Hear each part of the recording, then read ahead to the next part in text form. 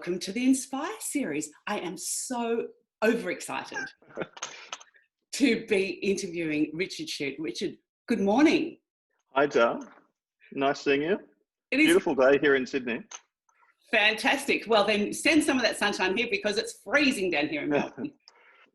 I'm so excited to be interviewing you. We met on LinkedIn because you wrote a brilliant article and I responded to it and thought I had to reach out to you. Yep. And then since you've been writing brilliant articles all the time, consistently, I mean, almost every day, what I'd like to share with the people is that you have, and you're probably not going to like this, but I think that you're bordering on being a genius. You are so incredibly smart. You are unbelievable. The level of high level thinking and different complex systems and all sorts of things, your understanding of what's going on in the world in a very broad way is unbelievable. But with that comes a deep love of people, of people doing business with people. Yep. And I think that combination is rare and I think is crucial at this point. Is that where you're coming from, would you say? Yeah, look, Dale, I might sort of give you some background sort of information on me. So I did accounting and commerce at university and I spent over 20 years in banking. So, you know, that world, you turn up every day and the world's different, the economy's different, things are happening in the economy. And it really gives you the ability to think about the world in a system and see how the economy sort of operates and works. So I've always had a system lens, and I think that sort of comes back from childhood where, you know, whilst I did accounting and physics and chemistry and all those subjects, I also did art and, you know, I was doing a lot of surfing and a whole bunch of things. So I think it's just taking a very broad view on the world and realizing that all knowledge is interconnected, that it's not just about the sciences, it's also about the arts, and it's also about our experience in the world. And it's when we start bringing all that those ideas together that we actually start making sense of what the world's all about. Beautiful, beautiful. Yes, I was speaking to a lawyer yesterday who had studied acting and then psychology and become a psychologist for a while, and now she's a lawyer. Now she's bringing all those things into her work. So yes, this interconnectedness of things is really exciting, and if we don't look at it, terrifying. Absolutely, and I think this to me is my passion right now, is that we're moving from what I call the industrial revolution to the knowledge age, and there's really three things that have really happened over the last century that have really started changing how we see reality. So the first thing is that we had the emergence of quantum physics, which really sort of changed the way we saw the world. Up until then, people like Isaac Newton saw the world as a Swiss clock with a whole bunch of parts. And then all of a sudden we had these things that were wave and particles that sort of came together. And that's really sort of challenged what is reality. The second thing that happened was we had this increasing realization we're all on this planet together. So our financial system, our environment, our social system are all interconnected. So what I do doesn't just impact me, it also impacts a whole bunch of other people, both domestically and internationally. And then the third thing that's happened is the knowledge age. And, you know, this idea that we run an organization like a machine or a Swiss clock, and it's all about efficiency, doesn't really sort of recognize how value gets created, which is very much through people. So I think those three trends around physics, the interconnectedness of the world, and the knowledge age are really challenging the way we see the world. And I think we almost need a new set of glasses to put on to understand the world. And if you sort of go back 2,300 years ago, it was a philosopher by the name of Aristotle that came up with this way of seeing the world, which was all about logic, and it was all about sort of thinking about things in a very linear, logical way. So if I'm a man and all men live in Sydney, then I live in Sydney. And that sort of idea, that really simple idea, was the it really drove the Industrial Revolution, science. It was the idea that drove computing, classical computing today. But the problem in the world is that not everything can be sort of broken down into a whole bunch of parts. And I think, that to me is the biggest issue we've got, is that we've had a school system and an education system and a business system that thinks that we can sort of measure everything through a set of numbers or a set of parts. And as you know, Del, I mean, you're very passionate about people. Not everything can be sort of broken down into parts. And we need those people that understand and embrace the sciences, but also understand that we need new tools like, there's a book called Sense Making, which is a really important book. And we also need experience. And it's through those relationships with other people that we get meaning. So I truly believe that we need to sort of reimagine the whole education system. And I've been having some discussions with leading people in the university sector, both domestically and internationally, and some of the school sector. And the opportunity is to create a world where we embrace the sciences, but we embrace the humanities and arts, and also the lived experience. And the problem with what we're having now, it's fantastic that we're having this conversation on Facebook Live, but it's still not the same as us being in the same room. So I think technology has a role, but it will never replace that face-to-face experience. That's really interesting, because someone was saying the other day that because I was always talking about the power of the spoken word and people being connected, and he was going, oh, well, that's kind of really old hat now, because the big tech companies, these introverts, they don't need to basically communicate with anyone, they're running everything. And I thought, well, not really. That's not actually true. There's an element of truth that is, in a way, it's true, but at the end of the day, it's all about human connection, and things can change so fast. Absolutely. And I think this idea that we can put everything into a program just doesn't reflect the world. I mean, I sort of think about computer programming is a form of logic. It's like a mathematical equation. It's a way to sort of condense the world into a set of rules. It's like a recipe, a cookbook recipe in terms of trying to make sense of the world. But there's a whole bunch of experiences that we have that we can't boil down to a binary right or wrong. And that's where language, I think, is really important, because there's things you can describe in language, which is like the semantic way of looking at the world, that you can't put into a mathematical equation.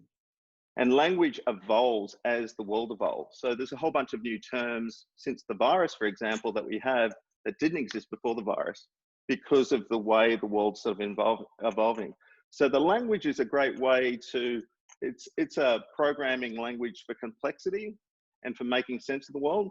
So we need language, and we need experience, and we need context, but we also need the logic as well. And I think, the issue we've got is that our school systems have put everyone into these containers. You're good at maths, so you'll do mathematics at university, or you'll do finance, or you'll become a lawyer. Whereas we need to sort of combine those skills with interpersonal skills, but also recognizing that not everything can be sort of summed up in a mathematical equation. There's a fantastic company out of Switzerland that's involved in innovation, and what they're now doing, sending all their leaders on wine appreciation courses to sort of describe what the experience of having a wine is, because you can't experience that in an earnings number on a profit and loss statement. So we need those leaders that do understand the profit and loss statement, but also understand, the importance of relationships and the stuff that we can't actually measure. And I think, a lot of the issues we have in our current system is that we've gone too far in one direction. Economics is a really good example of that, where they've just embraced a whole bunch of equations without sort of asking the question, what do those equations mean? And what's the economy about? Is the economy there to support people, or are people there to support the economy? And if you go back to Adam Smith and David Hume, going back a couple of hundred years ago, they were very focused on both the equations, but also the people. And I think we've lost that in our modern economy. So we really need to sort of go back to basics and really sort of think about how do we see the world? How do we see reality? And that to me is the exciting thing. And it happened with the Age of Enlightenment. So it's happened before and we can do it again. I think that's so interesting. And I think that the language aspect, and I think when people think about a common language, I think they think of common words, and we are definitely connected with common words. What I've found as an actor is that if you go deep enough into who you are and what's going on, there is universal truth that I could use very different words that you don't use ever, but you will connect with me on the deep universal truths. And I think that that's here and now, we need to be connecting on our deep universal truths, then celebrating our differences. Absolutely. I mean, my parents are Dutch by background, and last year I had the opportunity to go to a little city in Holland called Eindhoven. And Eindhoven's famous for Philips, which was the big lighting producer, were based in Eindhoven. And the way they sort of worked with the city was that they manufactured the lights, but they also sponsored the soccer team. They also were involved in the community, and the leaders took this really sort of broad approach. And what happened in the 80s and 90s was that their business was under pressure because of globalization, and they had to leave. So the whole city has had to reimagine what it's like. And it's a city full of these old factories and these big brick chimneys from making these light bulbs. But what's fantastic is the city is now sort of embracing a new way of being and innovating and working together. And even just the way the city's structured. So you've got this town centre, people ride their bikes in the city. You might go to a cafe just to listen to some music, buy a coffee. No one behind the counter is sort of asking you as to whether or not you're going to buy a book or not. And I think that sort of idea of sort of thinking about both the the tangible, how do we build businesses, but also the intangible is really important. And I think this virus is really giving us the opportunity to sort of think about what is important, and it's exposing a whole bunch of things in our society that give us the opportunity to reimagine what they could be like. Yeah, it's sort of like a hibernation where you can reflect and recalibrate, and then come out, and almost like a metamorphosis is the opportunity here, I think. And I think that's the opportunities that I hear a lot of language in our mainstream press about the V-shaped recovery or the U-shaped recovery or the green shoots. And it's almost sort of implying that we're going back to a state before the virus. And I think the real opportunity is to sort of think about what could the world be if we ask some different questions. So what is the role of an organization? What is leadership in the 21st century? How do we create value in an economy? I mean, all these things are really important questions, and we don't ask these questions. We simply assume that all these people in these positions of power have worked it out. And I think it's incumbent upon all of us to be sort of asking these fundamental questions around the sort of world that we can. And the most important thing in this is that we all have this human agency. We all can have an impact, but agency isn't just simply liking a post on LinkedIn or making a comment on Facebook. It's through participation in the democratic process. We can have an impact. But if we don't, if we're complacent and we simply just don't challenge the orthodoxy, nothing will change. Yeah, it's a co-creation. It's a time that we can do co-creation, and Absolutely. everyone have a voice, and everyone take their part. Absolutely. And I think in the world, because there's so much change happening and the complexity is sort of increasing, we've got issues in the economy, we've got increasing geopolitical issues that are emerging, the social issues emerging. Because of that change is increasing and technology is having a bigger and bigger impact, the idea that our senior leaders have all the answers is a very dangerous position to be in, because it becomes this sort of echo chamber. And the great organizations will have leaders that will have conversations with the people on the front line, their customers, be sort of engaged in their community, because it actually makes for smart business, in terms of understanding what's actually happening on the ground, getting a different perspective around what drives customer value. What are the economic conditions happening with our clients? All these things are really important. But if you're sitting in a head office And I saw this a lot of time in banking, where there's been this real focus around centralizing banking. And I would actually argue that at the core of banking is people, and people need to be engaged in their local communities to make sense of what's going on. So this idea that we're going to sort of digitize all banking and we're going to centralize it and automate it, and the bots are going to make the answers, is a very dangerous way of sort of thinking about banking, because banking is about risk. And some of the risk we can measure in a spreadsheet, but there's a lot of risk that we can't measure. And we need bankers to use their intuition, to be having conversations with clients, to be out there in the community. And the great organizations will use the digital tools, but make sure those tools are there to support people. And I think that, to me, is the great opportunity. And I don't see that happening out of Silicon Valley. And there's an opportunity for Australian businesses to sort of embrace this new way of doing it. Some of the Scandinavian countries are doing it, but I think there's a real opportunity here for us to reimagine what is an organization for the 21st century. And it's not about replacing people with bots. And I sometimes sort of see the organisations, in my opinion, focusing too much on the customer and not enough on their employees who don't go anywhere else, and their whole life is devoted to that firm. And looking after them makes sense anyway, because they're the ones looking after the customer. Absolutely. There's a wonderful book by a gridiron coach for the San Francisco 49ers called "The Score Will Take Care of Itself." And he won the Super Bowl 3 times with the San Francisco 49ers. And the whole book, Bill Walsh, is about it's about how he coached and how he led. And at no point did he sit there talking about the score. At no point did he sit there with a spreadsheet asking the employees as to why their sales figures were 5% versus 10%. I mean, they're all outputs. You can't control the outputs. All you can do is create the culture and focus on the people and the behaviors. And if you do that well, the score will take care of itself. And that's a real step change to the way that modern management in our organizations operate, because it's all about the scientific management. It's about KPIs. It's about metrics. It's about spreadsheets. It's about budgets.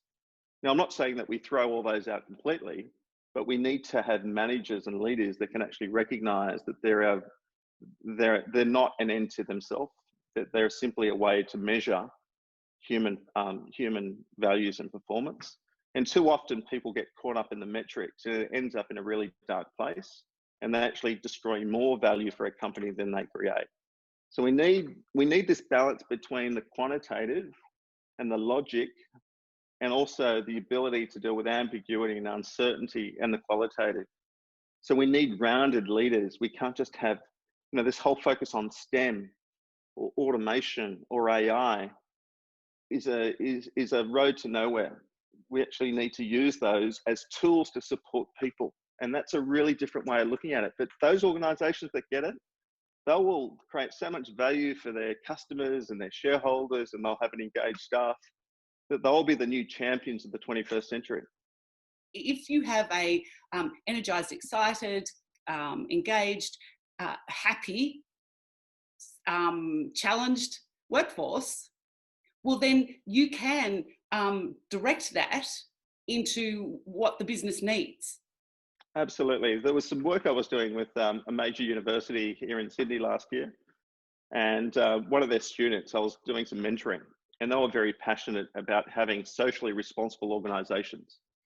And their solution was another app, another digital app that you could download from the App Store and put it on your phone. Now, the problem is that that works to a degree, but it misses out on a whole bunch of other stuff.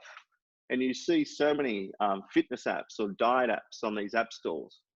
And if they were that successful, you wouldn't have these many apps. So we need people that understand that the world's complex. Stuff happens that we can't predict.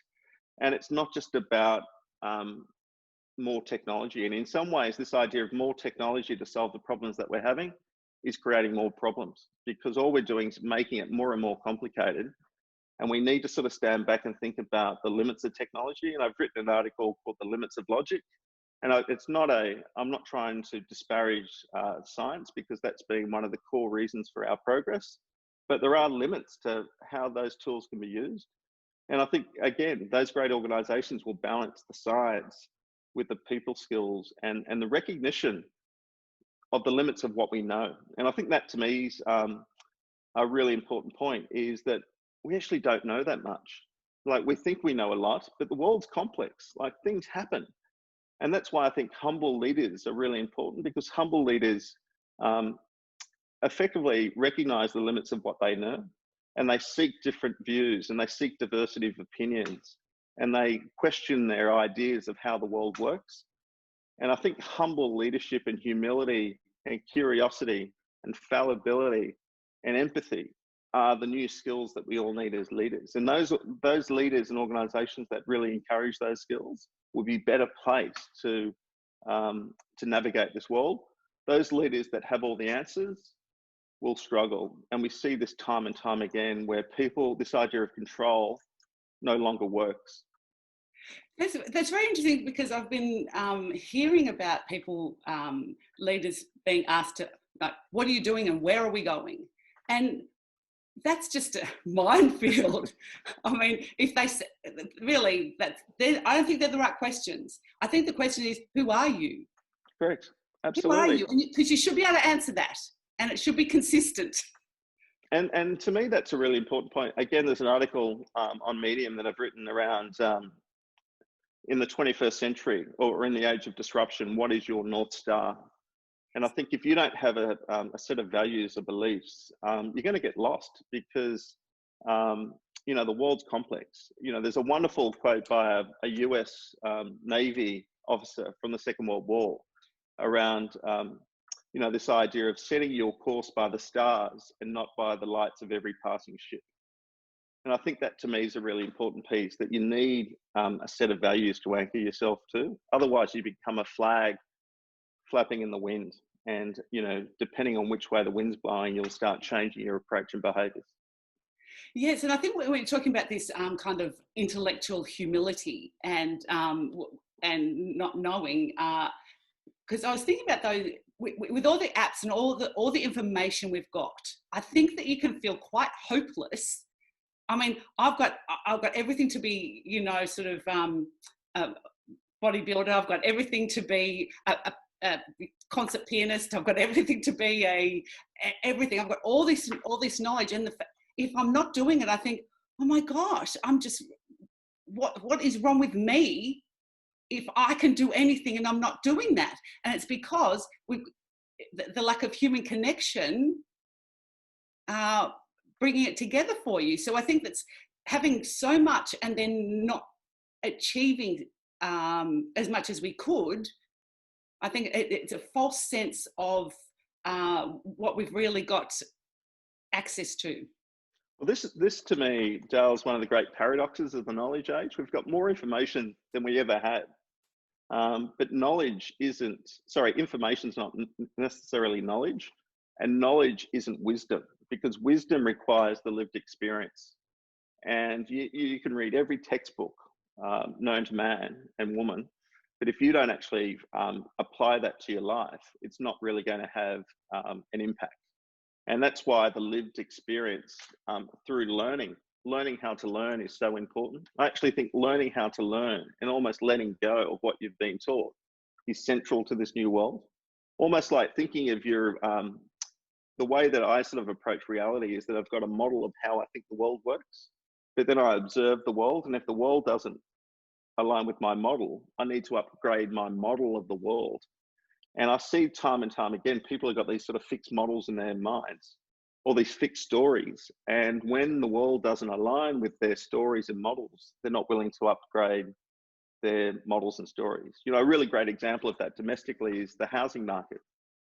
Housing is, it's certain, always goes up in value. That's a story. Now, that story may or may not be right for a period of time, but if we're not willing to upgrade that story, and sort of think about, well, when I was growing up, a house wasn't there as a financial asset. It was there to raise a family. That was a different story. So we've changed the stories, and we need to be sort of conscious of how the stories impact how we see the world. So narratives and stories are critical for leaders. We have to tell stories. It's the way that we simplify complexity. But we also need to understand that those stories change over time. Beautiful, beautiful. And I also think that there's something about someone who is a teacher or a coach or a mentor or just friends who wish you well. There's something about someone else believing that you're capable of more than you believe that you're capable of. Just shining that light of you've got something special there in you. Let's see how we can grow that. Seeing that seed of brilliance in you and encouraging you, I think has enormous value.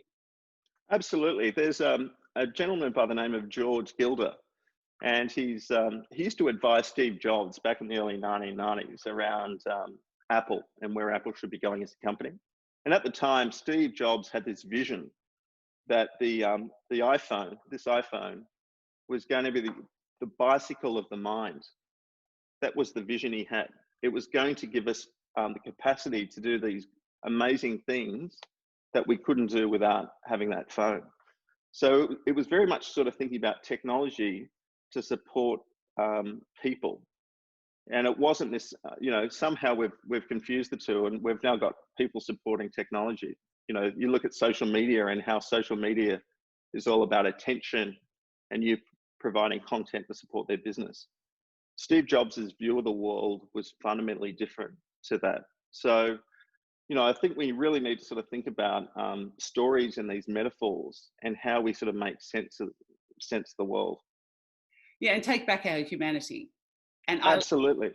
and that beautiful thing is technology working for us, or are we working for it?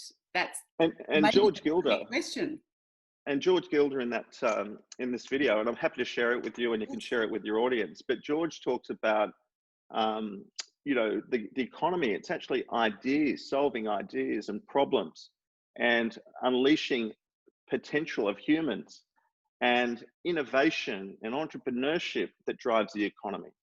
It's not a central bank moving around interest rates or the government giving out grants. I mean, that's an illusion. It's people that create value. And if you sort of go back and read Adam Smith, he talks about all this stuff. But somewhere between Adam Smith and today, someone's deleted all this human stuff, and it's just become very mathematical. So I'm not saying throw the maths out completely, but we need to balance the maths with the people and ask the question, what is an economy?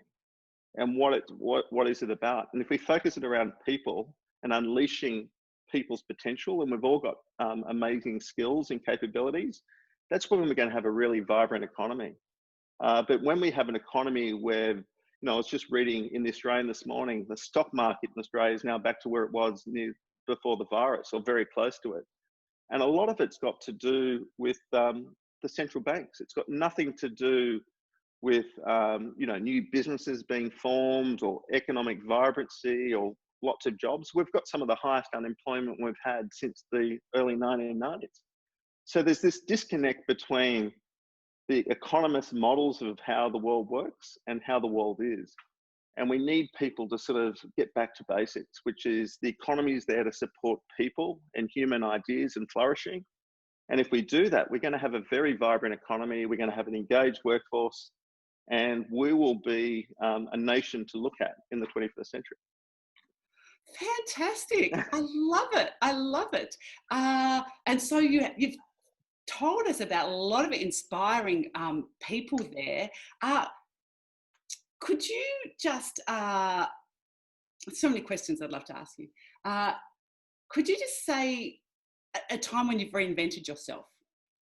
I'll go back to, there was a period where I spent about 10 years working for a major bank in corporate finance in the telco media sector. And it was supporting Australia's leading telco media companies, and very analytical, very finance based. And I left the organization and went somewhere else, and then sort of came back, and I realized that there has to be more to this than just lending money and providing bank accounts and a whole bunch of things. So I had the opportunity to head up a government education business. And what really struck me about that time was the people in the not-for-profit sector were turning up every day to work, and they weren't driven by the earnings per share. or the profit and loss. They're actually there to make a difference. Our universities and our education, the people in the education sector. So it really sort of gave me an appreciation that to make sense of the world, they're really important skills. And the more that we can get business people to spend time in not-for-profits, and the more that we can get not-for-profit people to spend time in business, the better that we're going to actually understand each other. And there was a couple of programs we put in place back then. We put in place this leadership program with a major school association, where the school teacher spent some time in our organisation at the time, being mentored and having a discussion with senior leaders within this organisation. And we also put in place a women's, we spoke about equal opportunities for women and men in these organisations. So what we did was we put in a similar program with a major university, where that postgraduate woman in applied finance was spending 6 months with a senior woman within a bank. And it was all about building those personal relationships. And that program grew from about 2 to 4 people in the first year up to 20 plus people. And we had some people in Sydney and Melbourne to do that. So again, it's sort of focusing on the human dimension of what we do, and not just a bank's there to provide capital and money. And I think the more that we can get the humanity back into finance and banking, the better it will be, both for the community, but also for the leaders in those banks. Beautiful, beautiful. I think there's just, there seems to be a thread through what you're saying about cross-pollination, would you say? Yeah, and there's a comment by a UK physicist, David Deutsch, and he talks about this idea that all knowledge is connected. So, this idea that we separate the natural sciences and the humanities and the arts isn't the way the world works. So we need all those skills, and we need people versed in some of those skills. And in some ways, the whole education system we have needs to be reconfigured for the 21st century. But what I hear across our politicians is we need to focus on STEM. We need to focus on computer programming. And they're important skills, but in some ways, those skills, there's now AI and machine learning that will write the programming for you.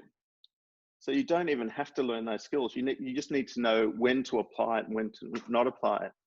And that's why, there's a gentleman, Christian Maysberg, he's written a book called Sense Making. I'm happy to share it with the audience. Yes. And it's all about the power of human intelligence in the age of machines.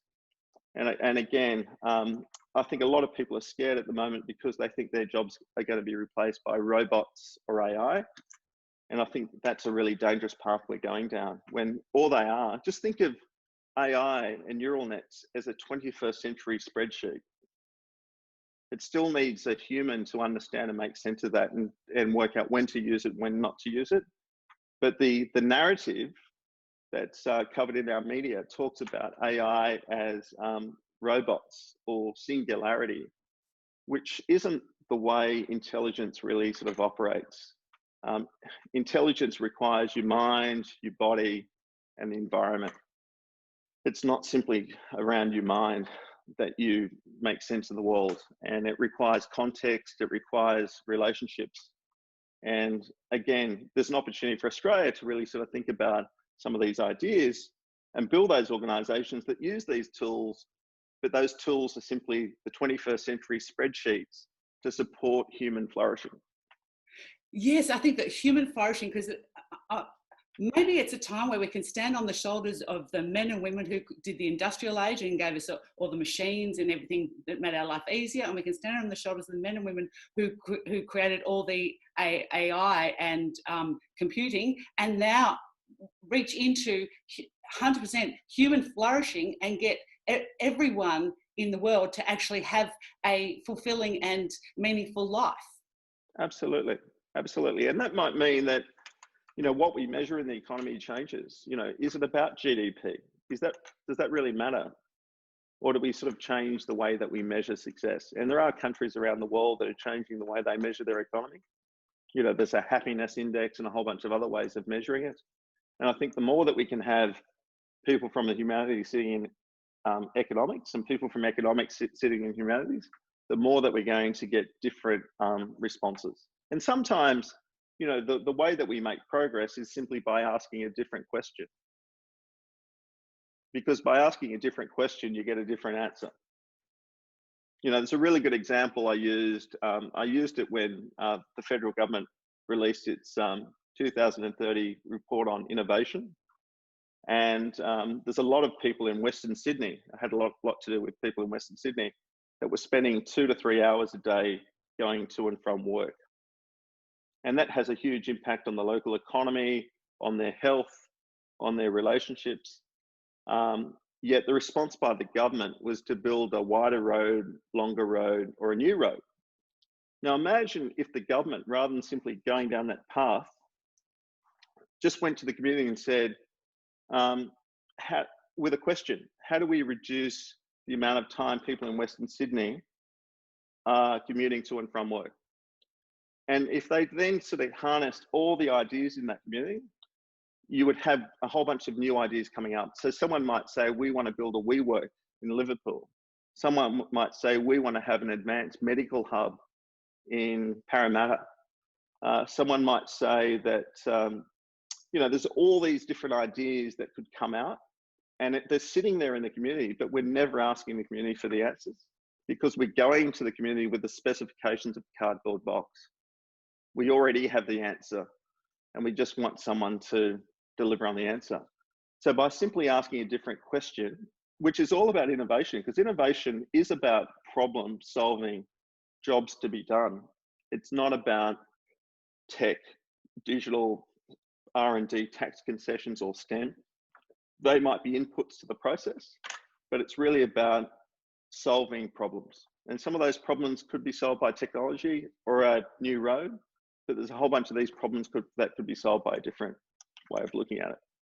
Yes, I think tapping into this, tapping into the average person's brilliance, and I think that too often the average person is treated like an absolute idiot.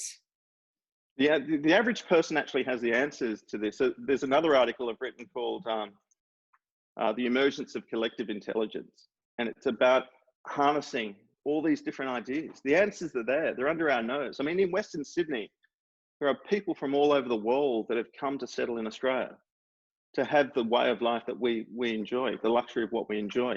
But we're not necessarily tapping into their backgrounds, their insights, their knowledge. And so the answer is there. Yet what we do is we say the answer's with the AI.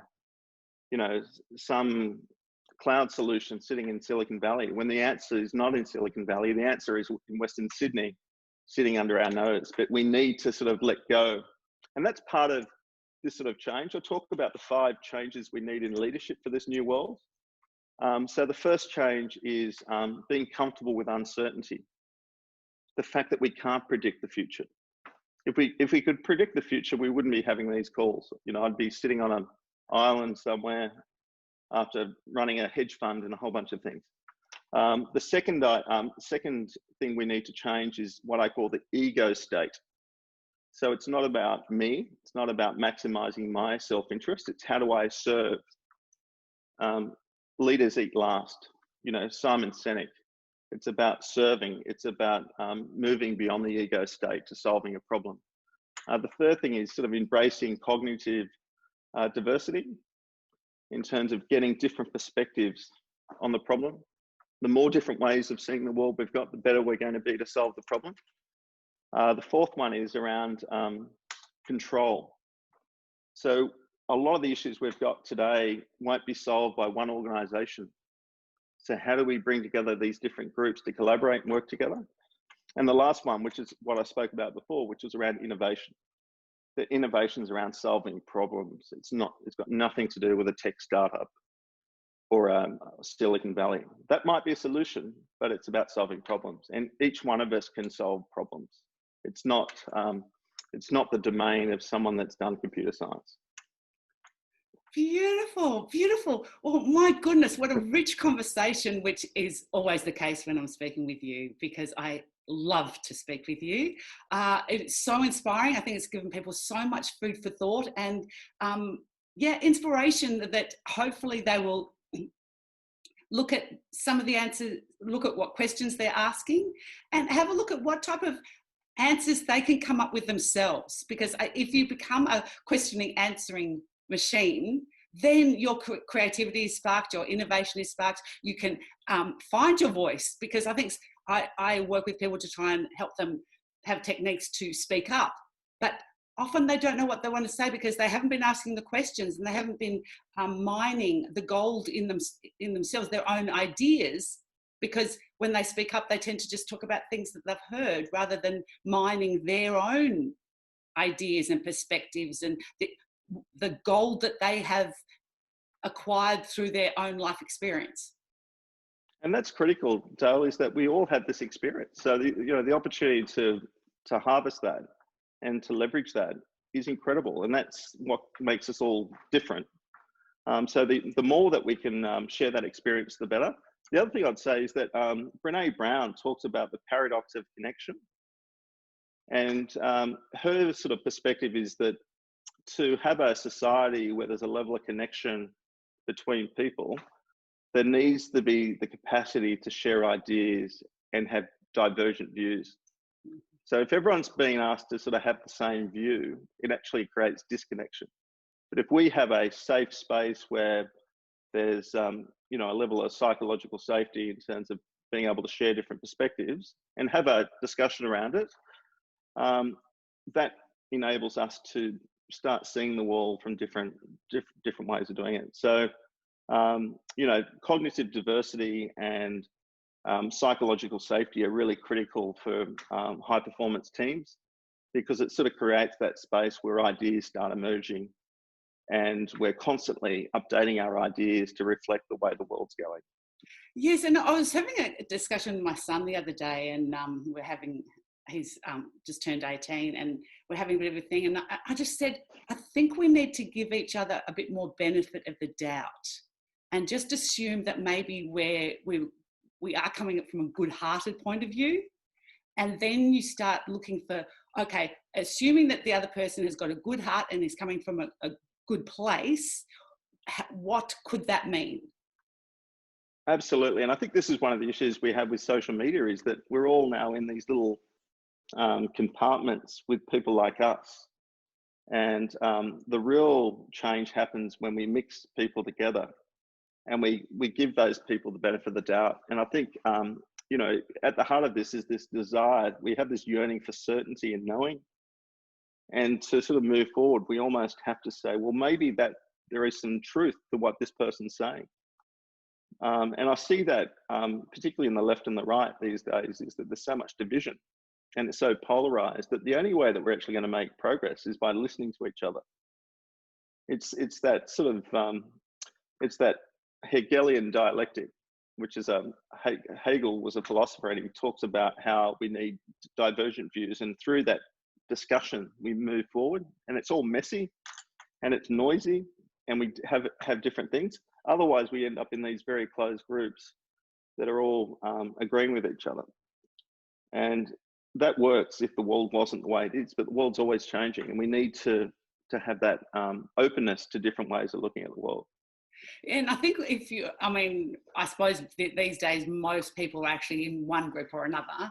And I think when you are, I know from my own, I have conservative views, very conservative views, but I hunger for having a part of what the Labor side or the left, I hunger for the people aspect that they offer that I feel isn't really being served. So Absolutely. And maybe the Labor side maybe hunger for a bit of order and stuff. So I think even though we being in our group, you hunger a bit for the other side to balance it out. Absolutely. I think I was thinking about this the other day about the left and the right, and we almost need both of them as a way to balance the different views. If we just had one group without the other, so it's through the messiness in the middle and this discussion that we sort of move ahead. And if we didn't have those different views, and the reality is that we're all different. There's some values I have that are very conservative, and others are quite liberal. So even the way that we sort of categorize people in the left and the right doesn't really reflect who we are, because I think, what is the left? What is the right? And I think the more that we can understand that we're all this sort of complex set of ideas and experiences, and that there's some left and the right in everything we're saying, the better. Yes. Yes. And do you think, because I think historically we had, even though I do tend more conservative, I mean, around Bob Hawke and Paul Keating, I sort of felt like around those eras, well, really up until now, it seemed to be like Australia was perfectly poised, because really the left was quite right and the right was quite left, and they sort of mixed around the middle, and then really kind of the people with kind of the best ideas at the time seemed to come to the fore. And I think that is what's created a lot of what's fabulous about Australia, is that we used to sit around that. And Absolutely. the right would come in and take care of the money, and the left come in and spend it, and of different versions. But I think we were way closer before. Yeah, and that openness, whether it's in our universities or in economics, like given my background, I'm always writing things on LinkedIn about the global financial system. And if we have an economics profession that doesn't question their beliefs and doesn't upgrade their beliefs, we're moving further and further away from where the world is. And one of the things that's happened since the crisis is that we've got record unemployment. There are states in the US where the unemployment rate is like 45, 50% since March. And yet the financial markets is at record high. So there's a whole bunch of people that are saying, well, this doesn't work. The real economy and the stock market are two different things. And until we actually have the economists and the policymakers sticking their hand up and saying, look, maybe I didn't have the answer.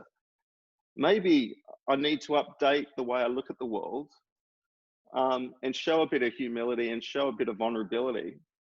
I think there's a whole bunch of people that would buy into that, because they would recognize they're human just like the rest of us. So, we need an openness to be, thinking about how the world operates, and sort of move away from what I call this.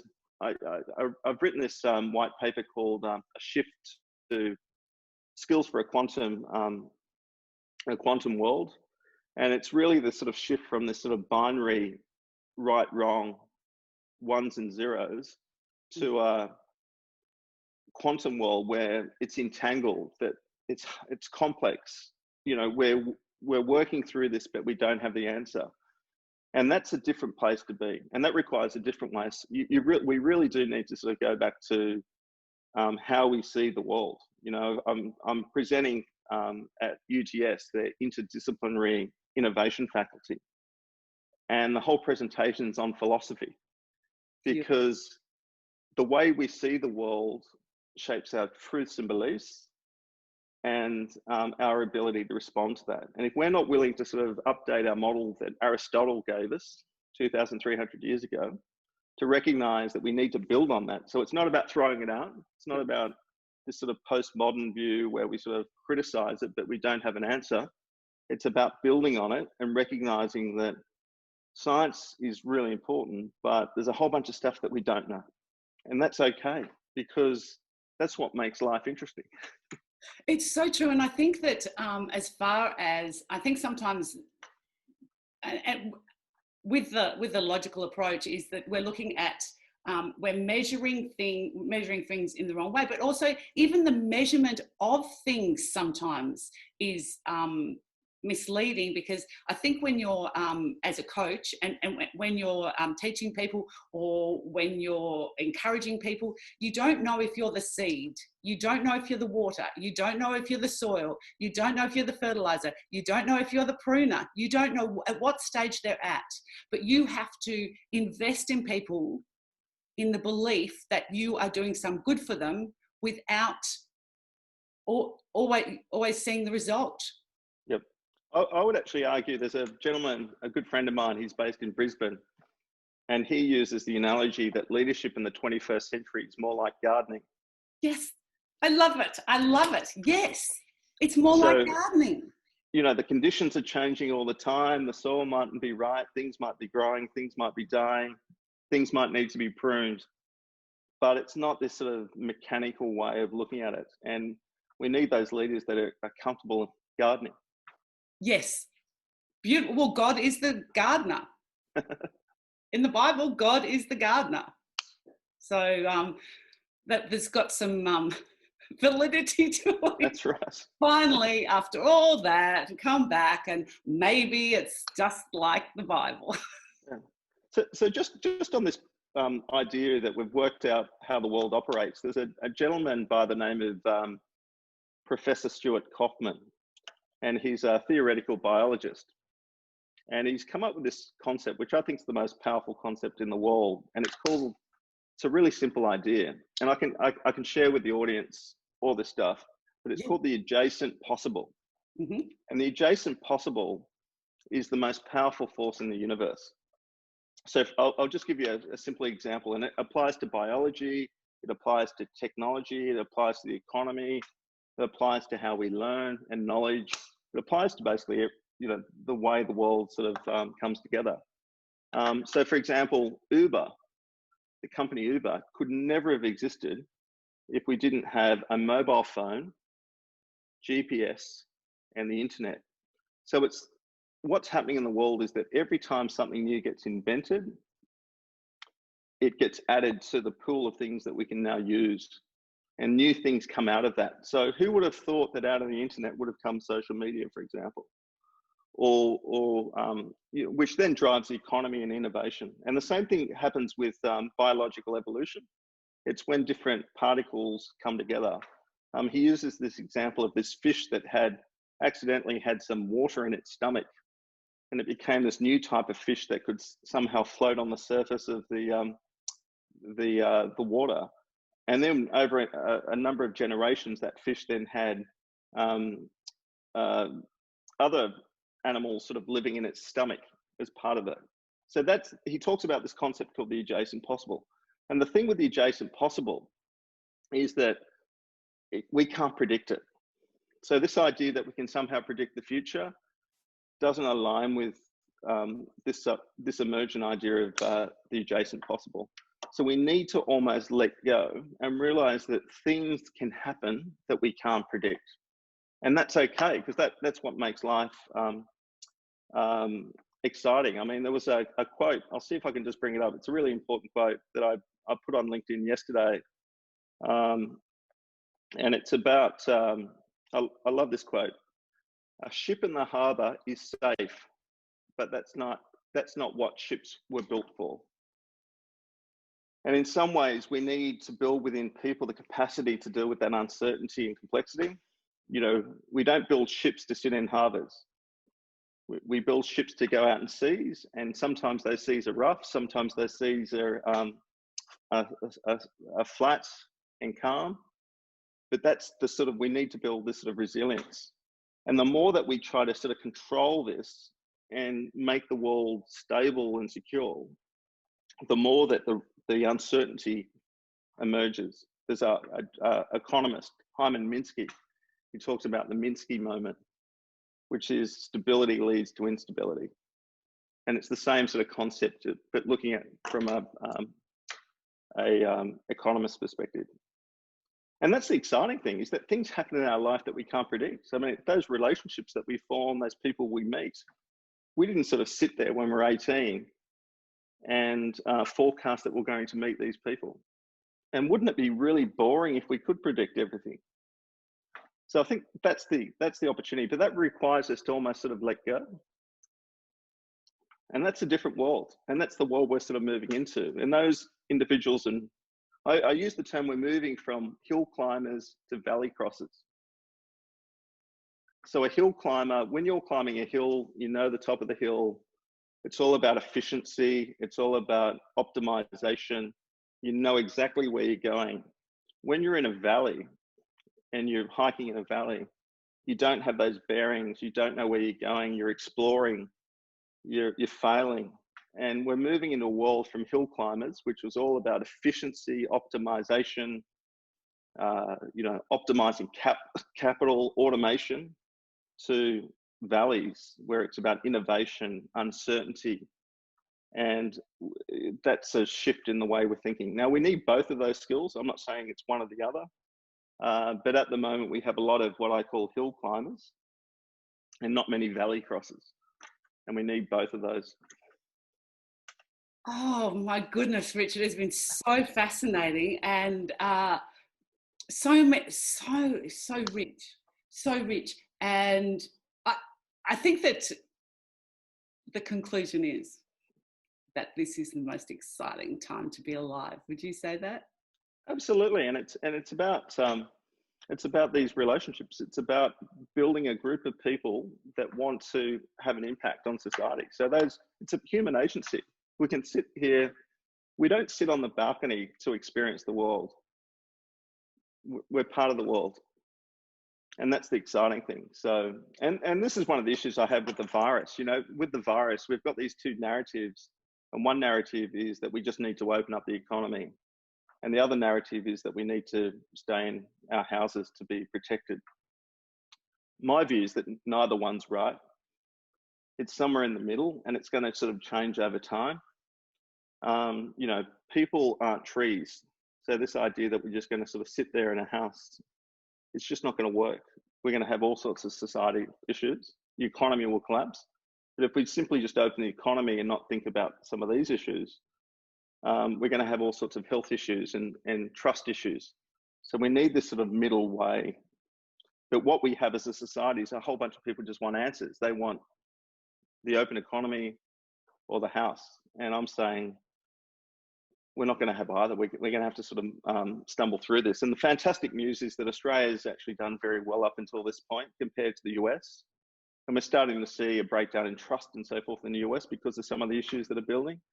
So we've got this wonderful base to build from, but you know, it's this sort of valley crosser way of seeing the world that it's going to be messy. We're going to make mistakes, but that's okay. Because we'll be in it together. Correct. Yeah. Well, I have loved talking to you. Thank you so much. You're incredibly inspiring.